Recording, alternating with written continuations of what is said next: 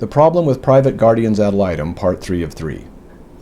As any attorney can do with any client, a PGAL clearly has the right to argue on a child client's behalf, and the Utah Code makes clear that a PGAL can express a client child's, quote, intentions and desires. See Utah Code section 78A-2-705, subsection 13D.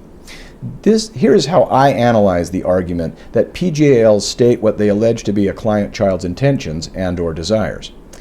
If an attorney makes an argument pertaining to what the court's child custody or parent time order should be, that argument must be based upon evidence duly admitted into the court record, or there is no evidence supporting the argument itself. An argument unsupported by the evidence in the record is basis for objection. An argument based upon speculation is basis for objection. A recommendation made by a PGAL is an argument. The elements of a recommendation and an argument are the same. Without a basis of duly admitted evidence in the court record for support, a PGAL's recommendation is without support. Implicit in an argument are underlying facts cited to support the argument. A PGAL cannot argue that, quote, this is the child's desire or intention, close quote, without citing the evidence in support of that desire. A PGAL who claims to know a child's intentions and desires to the court is by definition testifying, not merely arguing. To argue that we can discern a child's intentions and/or desires from the evidence in the record still requires evidence in the record to which to cite in support of the argument. An argument cannot be a substitute for evidence. An argument is not an argument without evidentiary support. If a PGAL bases his arguments to any degree upon his child client's communication of the child's intentions and desires, whether to the PGAL or to someone else, the child client must have first communicated his or her intentions and desires, obviously.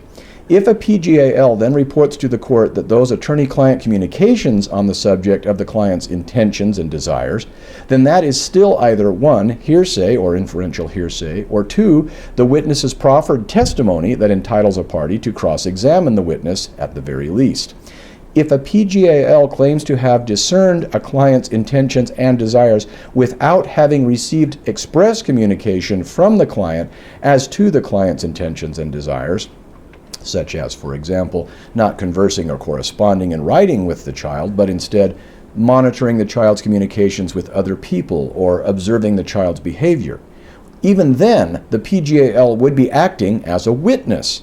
If a PGAL is the attorney for a party to the case, then the PGAL does not get to testify for the client. No lawyer gets to do that for any client. And if the PGAL proffers a client's testimony, then the testimony is subject to cross-examination.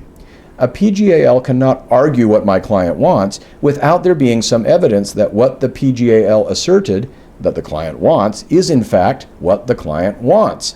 That requires evidence. With parties, it's fairly easy to get that because the parties can either file a pleading stating what they want, and if there's any question as to whether the pleadings are not those of the party, then the party can either indicate spontaneously, yes, this is true, or no, that is not, or be asked to verify or refute it. With the child clients of PGALs, there are rarely, if ever, pleadings filed with the court by PGALs. Now, by the way, a pleading, as properly defined, is a formal statement of a cause of action, not as the term is carelessly thrown around to mean documents filed with the court generally. So, if there's no pleading filed by children through their counsel, we have a problem. Even if the PGAL had somehow filed pleadings in the action and the court recognized the children as parties to the action, their PGAL attorney cannot testify for them. Advocacy of a PGAL client's desires requires evidence of the child client's desires. Evidence of the child client's desires require a record that the child expressed or articulated those desires. Otherwise, we would find ourselves in a situation where the PGAL could literally fabricate so-called argument on the basis of non-existent evidence and get away with it clean. That is clearly not how the law and the rules of evidence apply.